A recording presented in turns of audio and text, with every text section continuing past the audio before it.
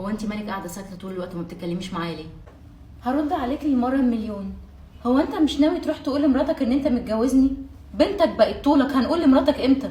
وانت يا حور مش ناويه تبطلي كلام في الموضوع؟ مش ناويه تبطلي زن؟ خصوصا ان ده كان اتفاقنا من الاول وده اللي احنا ابتدينا عليه. اديك قلتها اتفقنا، يعني في الماضي كان ليه زمن واوانه، مش ساري المفعول. هو انت عايزه ايه؟ هو انت كل ما تزهقي تقومي تدوري على مشكله تخلقيها معايا؟ انت قاعده فاضيه ما وراكيش حاجه غيري؟ بنتك بتكبر مش بتصغر، وانا عايزاها تطلع عارفه اخوها ويطلعوا متربيين مع بعض في بيت واحد ويعرفوا بعض. لا ما تخافيش يا حور، هيطلعوا اخوات ومتربيين مع بعض وبيحبوا بعض. بلاش جو الافلام والكلام اللي انت عماله تقوله لي ده. وبعدين هو انت كنت رحمه نفسك زمان؟ طول الوقت بتحاولي تبعتي لها اي حاجه وتوصلي لها باي طريقه ان انا متجوز عليها. صدقيني هي لما تعرف مش شرط ده هيكون حاجه في مصلحتنا، ممكن ده اللي يخرب بيتنا. لا على فكره انا ما كنتش بحاول اوصل اي رسائل.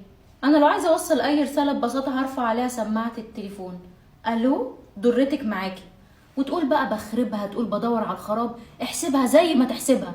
انا ما لقيتش منك اي تقدير للسنين اللي انا حاطه فيها لساني وساكته. طب ولو قلت لك ان انا ما قلتش ومش هقول، وان كان اول شرط في جوازنا ان هو يفضل في السر وانا مش هرجع عن ده؟ اوكي،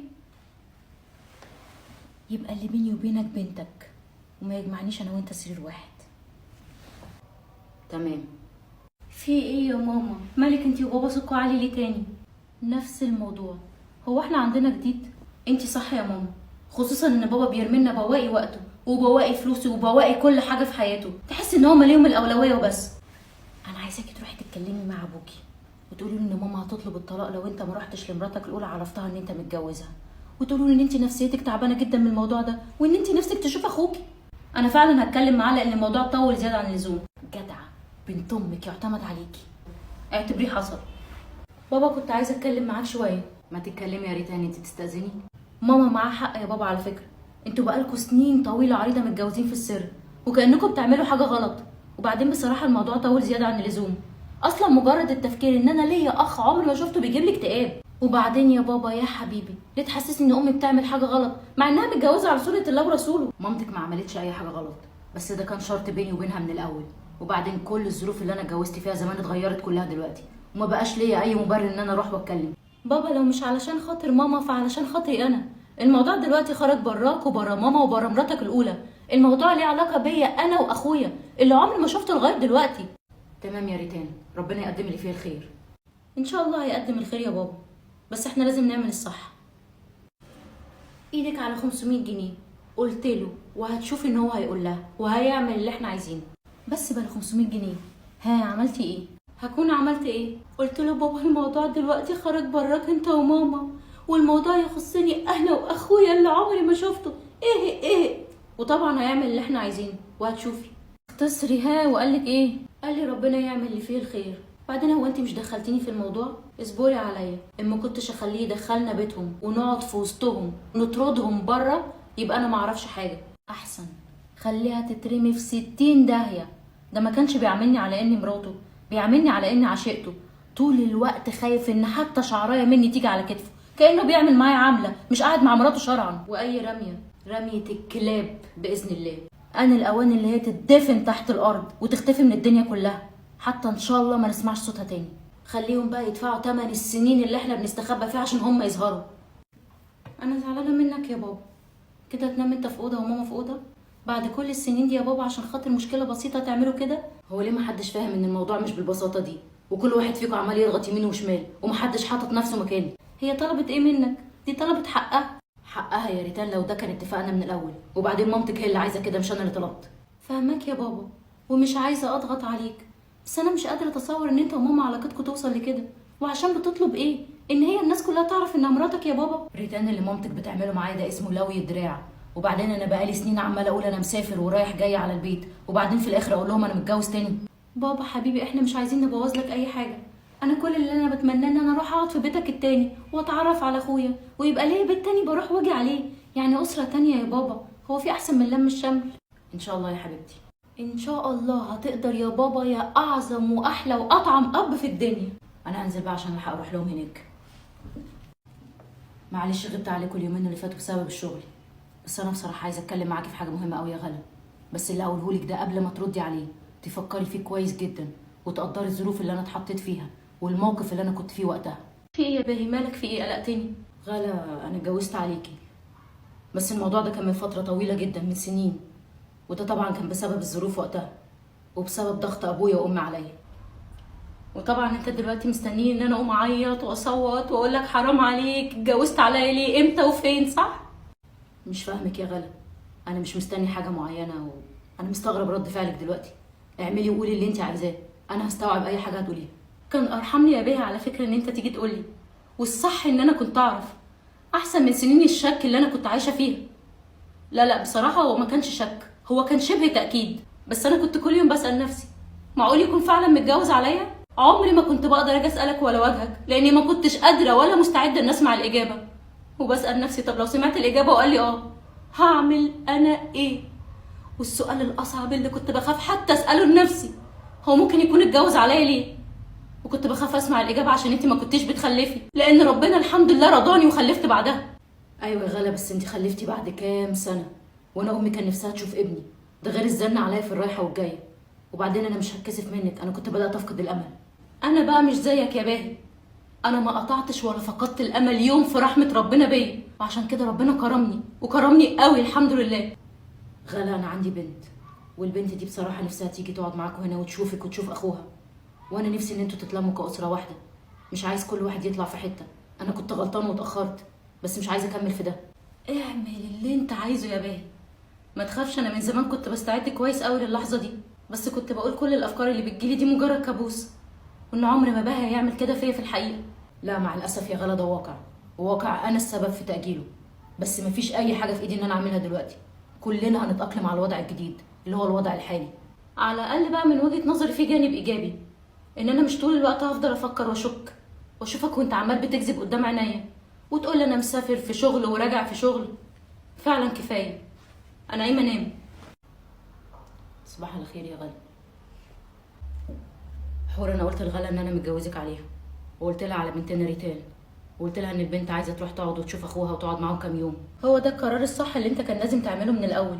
فضلت تتاجل وتاجل وتاجل وتقول لما يجي الوقت المناسب، والوقت المناسب عمره ما هيجي، لغايه اما ولادك كبروا ما بقوش يعرفوا بعض، وبعدين خدنا ايه من التاجيل؟ واجهنا في الاخر نفس الحقيقه، بس بعد فوات الاوان وبعد الموضوع ما بقى اصعب. معاكي حق، فعلا التاجيل ما غيرش اي حاجه في الموضوع ولا خففه، بالعكس هو زوده بس صعوبه. المهم يا باهي ان الصح اتعمل وخلاص. انت بس كنت طول الوقت بتحاربني وعمال تقولي انت كنتي متفقه معايا ان جوازنا يبقى في السر، عمرك ما فكرت ان انا بقول كده لمصلحتنا ومصلحه الولاد. بابا حبيبي، بما ان دول اليومين بتوعك في البيت التاني، هو انا يعني ينفع اجي ابات معاكم يومين هناك اتعرف على طنط واخويا؟ انا حضرت شنطتي وكل حاجتي، بس قلت اقولك عشان لو تستاذن طنط غلا. هتيجي معايا عادي يا ريتال، ما تقلقيش، انا قلت لها الموضوع ده من اول ما اتكلمت معاها. حالا هنزل معاك يا اعظم اب. اهلا يا حبيبتي، يا ريت كان اخوكي موجود عشان يشوفك، بس هو مع الاسف مسافر. اهلا بيكي يا طنط. مفيش مشكله خالص، يسافر براحته، ما انا هقعد هنا كام يوم لغايه ما هو يجي. انا بس كان نفسي افهم ايه وجهه نظر بابا ان احنا ما نتعرفش على بعض من زمان. انا كنت عامله شويه خضار ورز وفراخ، هنتغدى سوا مع بعض. ايه ده؟ لا انا مش باكل الاكل ده خالص. عموما مفيش مشكله، انا بعرف اطبخ كويس جدا، هقوم اعمل اللي انا عايزاه. عايزه اقولك ان دي اكتر صفه انا خدتها من ماما، او يمكن دي اكتر حاجه خلت بابا يحب ماما ويتجوزها، ده غير طبعا موضوع الخلفه يعني. تمام يا حبيبتي، البيت بيتك، اعملي اللي انت شايفاه صح. طب ايه يا طنط، مش هتيجي توريني ارص حاجتي فين؟ اه طبعا هاجي اوريكي. طنط ما شفتيش الخاتم الذهب بتاعي؟ كنت لابساه واول ما جيت شلته مش عارفه راح فين، بدور عليه لقيته اختفى. لا خالص يا حبيبتي، ما شفتش حاجه، دوري عليه كويس هتلاقيه اكيد. انهي خاتم ذهب اللي ضاع منك يا ريتال؟ ده الخاتم اللي انت جبته لي يا بابا، ده اكتر خاتم انا بحبه ومتعلقه بيه، اللي حضرتك اول ما جيت قلت لي عليه حلو. معلش يا بابا ساعدني ندور عليه ضروري.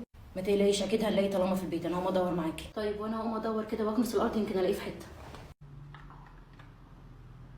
الخاتم بتاعي هنا. العلبه دي بتاعت مين يا بابا؟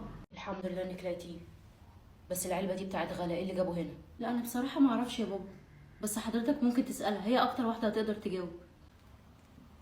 ريتان، انا مبسوطه ان انت لقيتي الخاتم بتاعك. اه الحمد لله لقيته، بس لقيته في حاجه حضرتك، حاجه غريبه قوي. طب قومي ادخلي اوضتك انت يا ريتال يا حبيبتي، ارتاحي وانا شويه هاجي اقعد معاكي جوه. افضل فعلا، انا هدخل اوضتي. ريتان، انا وانتي عارفين كويس قوي ان انتي اللي شايله الخاتم، وانتي اللي حطيتيه في حاجتي. جميل قوي الكلام ده. طب والنسبه للتاني، انتي مش محتاجه تدافعي عن نفسك، انا كنت ناويه كده كده ان انا اجي واتكلم معاكي، بس قلت مش اول ما تدخلي من البيت، اسيبك ترتاحي وبعدين نتكلم براحتنا. لا اتكلمي براحتك يا طنط، لاني شكلي مش مطوله هنا. نتكلم في كذا حاجه. اولا يا ريتان خلينا متفقين ان احنا وانتوا مظلومين، وكل ده بسبب ان باقي قرر ان هو يخبي الجوازه التانيه عننا. طب وبالنسبه ان انا وامي اتفرض علينا بالعافيه ان يفضل جواز امي في السر. صدقيني يا ريتان، لو في حد مأذي ومتدمر وعنده كل المشاعر السلبيه اللي في الدنيا، مش هيكون في حد قدي انا. انا عارفه ان انت حاسه ان انت مظلومه، انك شايفه ان مش من حق باباك انه يخلي جواز مامتك بالسر، خصوصا ان هو على سنه الله ورسوله. انا كمان عشت سنين في الظلم. يمكن جوازي ما كانش في السر، بس كفايه ان نص حياه جوزي كانت في السر. انا كنت فاكراه رايح جاي على شغله، هو اتاريه رايح جاي على مراته التانيه. وانا ذنبي ايه؟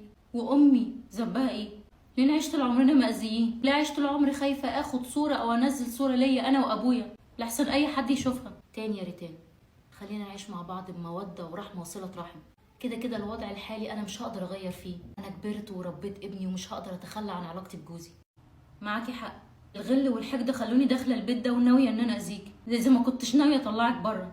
من وانا قد كده ما بسمعش غير ماما تقول البيت التاني البيت التاني البيت التاني، لحد ما كرهت كل حاجه تخصكم ونسيت ان انت كمان ضحيه زينا. صدقيني يا ريتان، انا طول عمري كان نفسي اخلف بنت، او كان نفسي اخلف في المجمل، وخلفتي اتاخرت سنين طويله، وبعد كده الحمد لله ربنا رزقني بولد، ودلوقتي ربنا رزقني ببنت. اللي بيحصل ده كله ولا هو ذنبك ولا ذنب ابني، بالعكس هو مش غلطكم.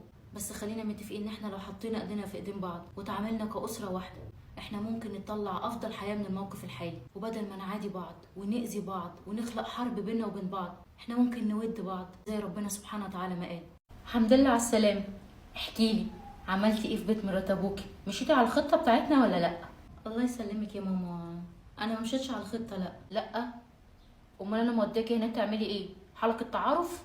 لان لما رحت وقعدت في وسطهم انا بصراحه ما شفتش الا احسن معامله. اكرموني وعملوا لي كل حاجه كويسه، بالعكس انا حسيت ان احنا ظلمناهم، وان هم مش وحشين زي ما احنا كنا متصورين، او زي ما حضرتك كنتي مصورالي. بالبساطه دي احنا كنا ظالمينهم يا ماما. ظالمينهم ايه؟ انت نسيتي اللي انا وانت عشنا فيه سنين؟ نسيتي الاهانه والظلم؟ لا يا ماما، ما نسيتش ولا درس انت حفظتهولي من وانا صغيره. بس انا لما رحت هناك افتكرت حاجات تانية كتير. افتكرت الزوجة الأولى إن هي اتفرض عليها وضع ما كانش عندها حتى رفاهية الاختيار. مفروض كان أي راجل مكان بابا يروح ويقول لها الوضع هيبقى 1 2 3، وهي براحتها تقرر تختار أو لأ، مش يبلغها بعد سنين لما خلاص عمرها كله ضاع وملوش لازمة حتى القرار اللي هتاخده، فيبقى اتفرض عليها الأمر الواقع. الحقيقة يا ماما إن هي كمان مأذية، وهي كمان مجروحة يمكن أكتر مننا ومن أي حد تاني. وعلى فكرة هي ست محترمة جدا ونفسها تقضي معاكي يوم ونعيش كلنا في علاقة كويسة ونعتبر ان احنا أسرة كبيرة. مش عارفة اقولك ايه، انا عمري ما فكرت بالطريقة دي ابدا. تقولي انانية، تقولي غباء، انا ما كنتش شايفة الموضوع الا من الزاوية بتاعتي انا بس انتي صح. خلينا نروح لهم مرة ونقضي يوم معاهم.